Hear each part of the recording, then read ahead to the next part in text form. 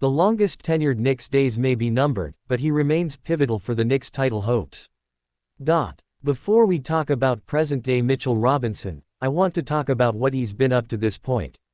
When the Knicks took Robinson 36th overall in 2018, there was no way to know what impact he would have. After all, he hadn't played organized basketball in over a year after his complicated withdrawal from Western Kentucky. The former five-star recruit could not play in the D-League because he took summer classes ahead of the freshman year, which never happened. Furthermore, he withdrew from all NBA Combine activities. This guy was a complete unknown, but Steve Mills and Scott Perry decided to add him as a complementary piece to a draft class centered around Kentucky wing Kevin Knox. 6 years later, we'd be better off telling young fans that Mitch was picked 8th and Knox was 36th. If you go by WinShare's explanation of their calculation here, Robinson is the 7th most valuable player in his class and the latest to be picked to accrue at least 20 win shares. He has 33.9. The only guys in front of him are Luka, Trey, Brunson, Bridges, Ayton, and SGA. Not bad. That doesn't mean it's been all smooth sailing. Early Mitch was extremely raw. He was a blocking machine that simultaneously couldn't stop fouling people. He averaged 5.7 fouls per 36 minutes as a rookie, but also had a per 36 of 4.3 blocks a game. Young Mitch would violently flail his body at whoever he was defending. Today, he's more reserved and a much smarter defender, which has allowed him to play more minutes. His foul woes, alongside Fizdale being Fizdale, had Mitch glued to the bench in favor of Taj Gibson, even though Robinson was the most promising young guy on the team. His best season to date came in 2019-20 when he averaged 9.7 points, 7.0 rebounds, and 2.0 blocks. He also ensured that if you look in the NBA record book, you will see a late 2010s Knick.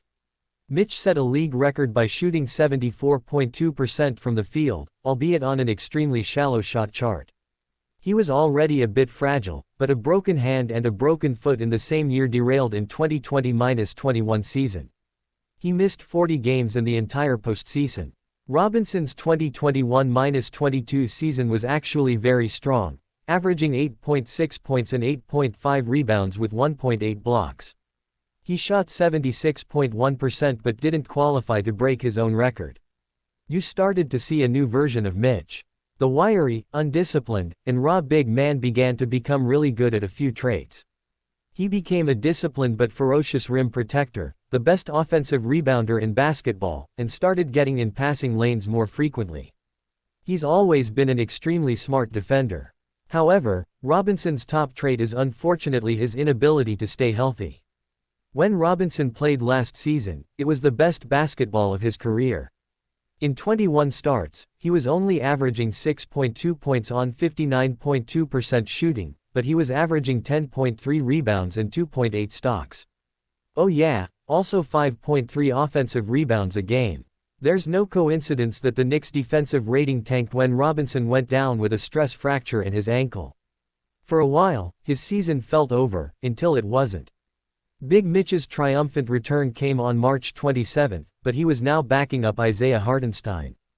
In the playoffs, Robinson had a lot of success guarding Joel Embiid, limiting the former MVP to 33% shooting. He also grabbed 22 offensive rebounds in 5 games. Unfortunately, the temper of Embiid got the best of him in Game 3, re-injuring Robinson's ankle in a series of bizarre non-basketball nonsense.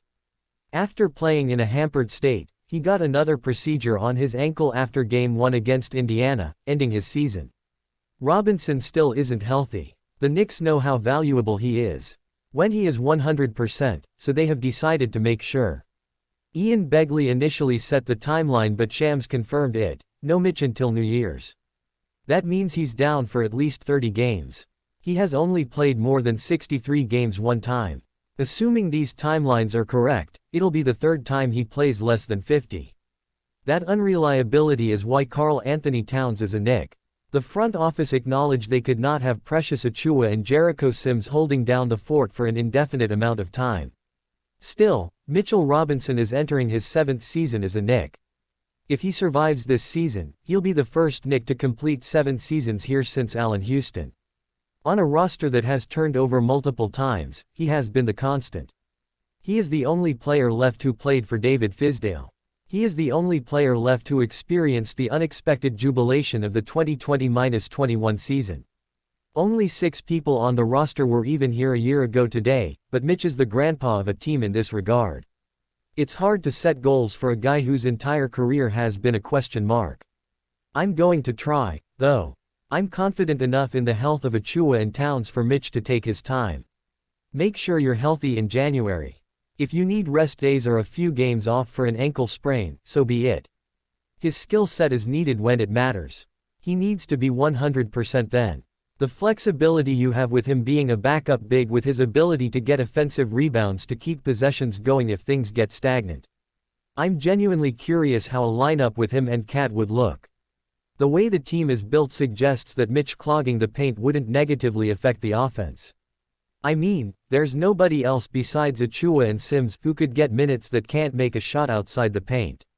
He isn't there for offense, he's there to wreak havoc on defense. Mitchell Robinson has never been a good free throw shooter. His career high is just 60%. What's bizarre is that he's only getting worse. He's consistently averaged 2 free throws a game but has steadily gotten worse at them. He's shot under 50% from the line in 4 straight seasons and somehow shot 41% last year. It got bad enough that teams started hacking him late in games. Robinson physically cannot be in the game late, regardless of how well he's playing, because of his free throw woes. He has to be better. You cannot be shooting under 50%. While he's getting his legs and conditioning back, I hope he's shooting hundreds of free throws a day. Maybe try the Rick Barry granny shot. Okay, this is me being selfish. For years, I've wanted to see pickup Mitch rear his head. Sometimes, we see him go off the dribble, and it's a really fun surprise. He has never attempted a shot from beyond 20 feet. His longest make was a 12-footer in his rookie year, skipped to 453, I promise it's real. He attempted a 17-footer in 22-23, allegedly. Since 2003, he's the only player to play over 7,000 minutes in the league without an attempt from 3. Since he entered the league, he's the only one over 2,000. Please, Mitch, one time. When the game is out of hand, please shoot just one.